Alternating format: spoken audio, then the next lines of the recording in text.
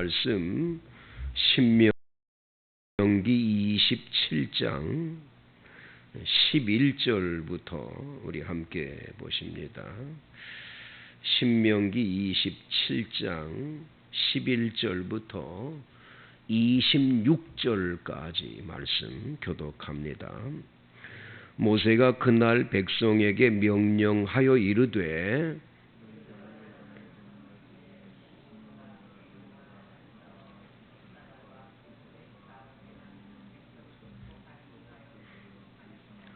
루벤과 갓과 아셀과 스불론과 단과 납달리는 저주하기 위하여 에발산에 서고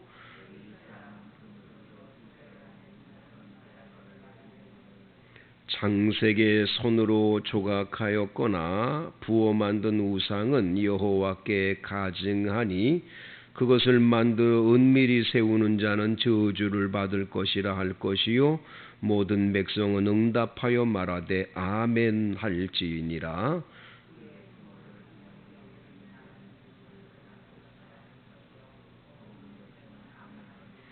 그의 이웃의 경계표를 옮기는 자는 저주를 받을 것이라 할 것이요 모든 백성은 아멘 할지니라.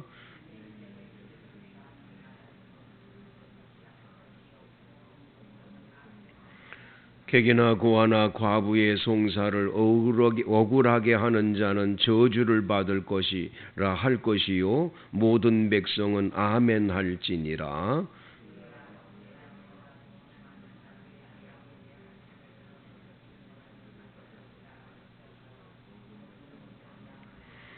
짐승과 교합하는 모든 자는 저주를 받을 것이라 할 것이요 모든 백성은 아멘 할지니라.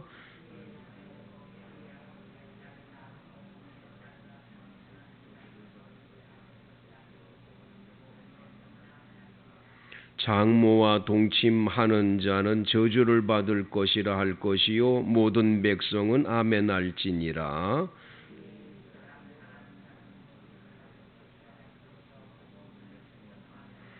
무죄한 자를 죽이려고 뇌물을 받는 자는 저주를 받을 것이라 할 것이요 모든 백성은 아멘 할지니라.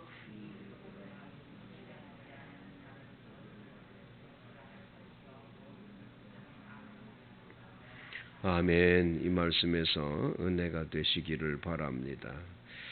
이스라엘 나라에 가면 에발산과 그리심산이 있는데 이 에발산과 그리심산 사이의 가운데 넓은 광장이 있습니다. 그것을 미스바 광장이라는 미스바 광장.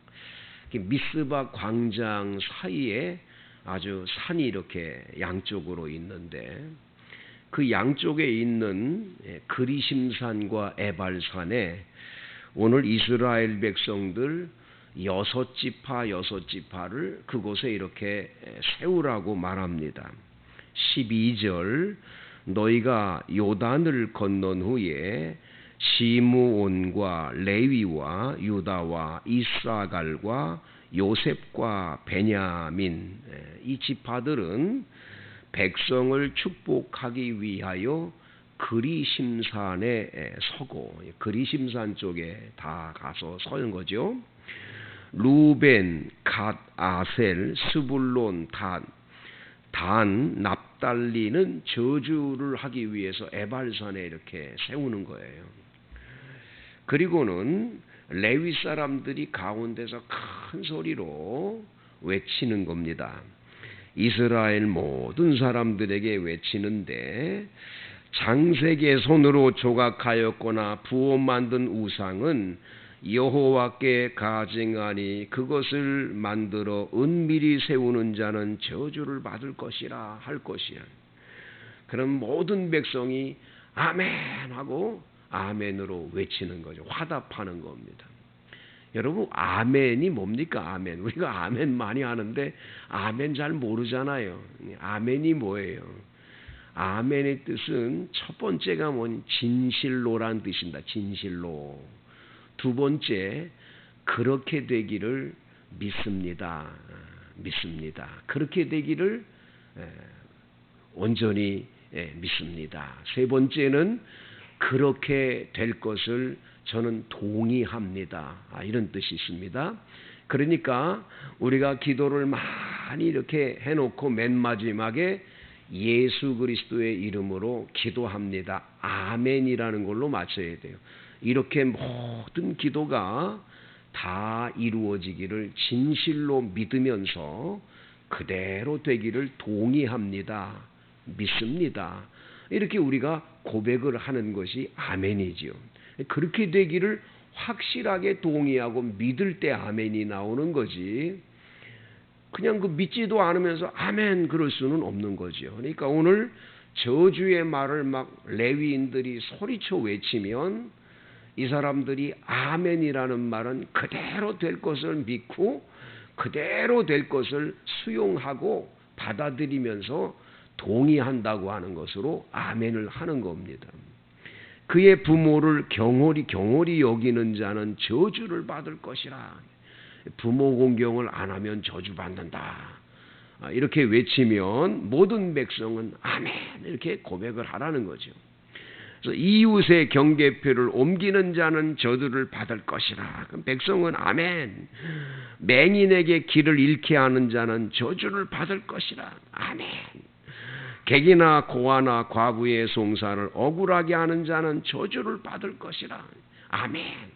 여기에 나와 있는 말씀을 가만히 하나하나 들여다보면 하나님께서 정해놓으신 이 율법의 말씀, 하나님께서 정해놓으신 이러한 법의 말씀이 오늘 우리 시대에 우리가 살아가는 삶에 진정으로 우리가 어떻게 살아야 되는지, 거룩하게 택함을 받은 성도, 거룩한 무리로 택함을 받은 우리들이 어떻게 하루하루를 살아가야 될지에 대한 것을 주님이 말씀을 해 주시는 거예요. 이 말씀의 반대의 삶, 이 말씀에 대하여 반대의 삶을 살아가면 축복이 있겠지요. 그래서 내일, 다음 주 월요일이 되겠죠. 내일이 토요일 날이니까.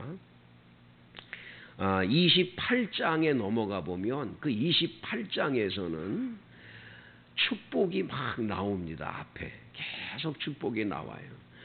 그 축복의 말씀을 한 절 한 절 들으면 아멘 아멘으로 또 받아들이는 거고, 저주의 말씀도 하심으로 이스라엘 백성으로 하여금 축복의 길과 저주의 길이 분명하도록 그리심산과 에발산에서 살아있는 교육을 하는 거예요. 참 멋있지 않아요? 성도들도 교회 교인들을 이렇게 반으로 나눠서 이쪽에 서고 이쪽에 서서 이 축복의 말씀을 하면 아멘하고 저주의 말을 하면 이쪽에서 아멘하고 이래가지고 서로 이 산 교육이 되도록 하면 얼마나 좋겠어요. 이래가지고 평생 동안을 그 말씀을 마음속에 사귀고, 내가 그렇게 살면 하나님이 저주를 하신대, 내가 이렇게 살아야지. 그래서 그 말씀이 체득이 돼서 말씀대로 사는 삶이 되는 건 얼마나 복 있는 길이겠어요. 참 이스라엘 백성에게 주님은 살아있는 이 교육을 하고 계시는 것을 보게 되는 거죠. 성도 여러분, 우리 주님께서는 여러분들에게 저주의 말씀을 왜 하셨겠습니까? 이렇게 하면 저주를 받는다는 건 왜 그렇습니까? 이런 걸 모르고 행동을 하기 때문에 그래요. 이런 걸 모르고 함부로 행동을 하므로 하나님이 저주를 내리신다. 얼마나 무섭습니까? 그러니까 법을 아는 것이 지혜인 거지요. 우리나라가 개발도상국이라는 불명예를 올해까지 갖고 있었어요. 올해 7월 달까지. 대한민국은 개발도상국가다. 선진국이 아니었어요.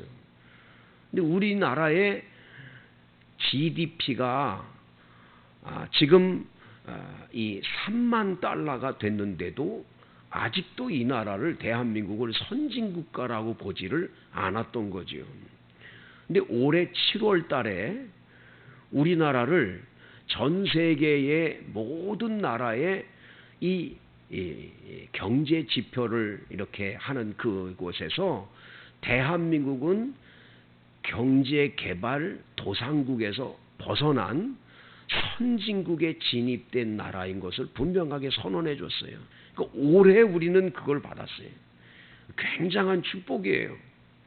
우리가 일제 36년 동안 나라를 잃어버리고 글도 잃어버리고 우리 그렇게 살다가 76년 만에 이 나라가 이렇게 된 건 대단한 축복인 거죠. 이제는 대한민국은 개발도상국이 아니라 이 나라가 선진국이 돼서 세계를 이끌어가는 가장 선진 국가가 되는 축복을 받은 거예요. 근데 우리 국민은 그렇게 생각을 안 해요. 여러분들이 어려서 자랄 때의 삶들을 한번 생각해 보세요. 우리가 어떻게 살았나? 화장실 하나라도 생각해 보세요. 우리 어떻게 화장실 사용했지요? 우리가 어떻게 살았는지를 한번 가만히 살펴보면요. 어떻게 이렇게 그냥 슬금슬금 이렇게 세월이 지나간 것 같은데 어쩌면 이렇게 축복을 많이 받았는지 너무너무 감사하지요. 그러면 선진국가라고 하는 것은 몇 가지 점에서 환전해야 돼요. 첫 번째가 경제적으로 다른 나라에 비해서 아주 월등해야 합니다. 여러분 이 비행기를 타고 조금만 다른 나라를 가보면요. 대한민국이 얼마나 잘 사는지를 알아요. 우리나라는요. 시골에 가도 500평 밭만 있어도 거기 진입로를 다 아스팔트처럼 전부 여러분 지금 다 깔아놨어요. 시골도 그래요. 다 하다못해 이 시멘트 도로라도 다 깔아놨지. 완전히 이 대한민국이 어떻게 이렇게 신천지라고 그래서 죄송합니다. 새로운 국가가 됐는지 기가 막힌 나라가 되는 거예요. 얼마나 놀라운 일이 대한민국에 일어난 거예요. 지금 보면 화장실도 그래요. 이번에 월드비전에 있는 그 분들이 왔는데 이 잠깐 동안 얘기를 하는데 들어보니까 이 외국에서는 이 화장실 문화가 너무 안 좋은 거예요. 아무 데서나 가서 그냥 하는 거예요. 근데 그거 다 비에 쓸려서 이렇게 호숫가에 물이 다 이 동물과 사람들이 쌓아놓은 모든 더러운 오물들이 다 물이 씻겨 들어가서 호숫가에 있는데 그 물을 퍼다가 또 먹으니까 얼마나 그 나쁜 병균이 많이 들어갑니까? 그러니까 사람들 평균 수명이 절반도 안 되는 거예요. 50이면 벌써 할아버지 다 돼서 죽고 넘어지는 거예요. 얼마나 그런 시대에 사는 사람들이 많은지 모르죠. 자, 경제가 좋아야 돼. 두 번째가 뭐냐? 정신, 교육이 얼만큼 잘 되냐 이거예요. 우리나라 대한민국은요. 문맹률이 우리나라는 3%도 안 돼요. 문맹률이라는 말은 뭐냐면 한글을 모르는 사람이 몇 명이냐. 우리나라 사람들 전부 다가 다 한글을 다 깨우쳐 아는 거죠.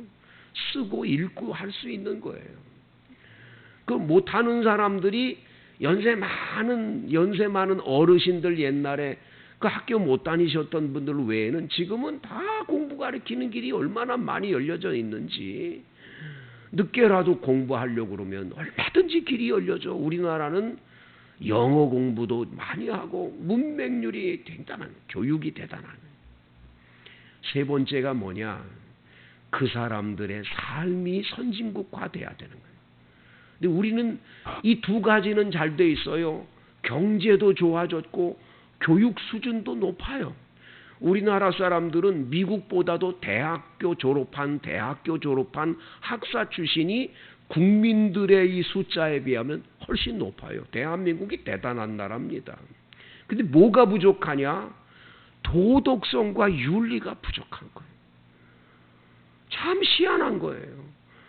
이상하게 남에게 속이는 걸 잘하고 이상하게 거짓말 잘하고 이상하게 이렇게 사람들을 아주 악하게 사람이 사람을 힘들게 하고 남을 이렇게 괴롭히고 뭔가를 유익을 그렇게 얻으려고 하는 나쁜 감정들을 크게 갖고 있는 거예요. 여러분, 하나님은요, 이스라엘 백성들에게 야, 내가 너희들에게 복을 주려고 그러는데 너희들이 이렇게 하면 저주를 내릴 거야. 오늘 그걸 말씀하는 거예요. 하나님 앞에 우리들이 복을 받는 인생을 살아가는지 저주받는 인생을 살아가는지를 하나님의 말씀의 거울에 늘 비춰보는 거예요. 그래서 오늘 성경에 저주의 말씀을 통해 아멘을 함으로 우리는 그렇게 살면 안 된다. 여러분과 제가 항상 하나님의 말씀을 통해서 우리들이 늘 변화되어 가야 되는 거예요. 어제 내가 잘못됐다. 우리 교인 가운데 한 분은 욕을 그렇게 하는 거예요. 말끝마다 욕인 거예요. 18을 그렇게 많이 찾고 그냥 개나리 무슨 시베리아 막 찾고 계속 욕을 하는 거예요. 아유, 저거 어떻게 욕하는 저거 어떡하나. 세월이 지나가면서 점점 욕이 줄어들기 시작하는 거예요. 여러분, 지금은요, 욕을 아예 안 하더라고. 내가 가만히 들어보면 욕이 다 사라져 버렸어. 딱 보면 야, 이렇게 변했구나. 바로 그거예요. 예수 믿는 건 나쁜 것이 자꾸 빠져나가고 사람이 좋아져 가는 것이 보여져야 되는 거예요. 근데 10년 전이나 지금이나 똑같아. 그때나 이제나 어쩌면 그렇게 하나도 안 변했냐? 그건 곤란한 거예요. 여러분, 오늘 이 새벽에는 한번 우리들이 하나님으로부터 오는 복을 많이 받을 수 있는데 왜 내가 이 많은 복을 못 받고 사나 한번 살펴볼 필요가 있어요. 내가 혹시 하나님의 말씀 가운데 내가 변화되고 바뀌어야 될 게 있는데 이걸 못한 건 아닌가? 한 가지라도 내가 버려야 될 것을 찾아서 깨끗하게 버리면 하나님은 그 위에 큰 상급의 복을 주실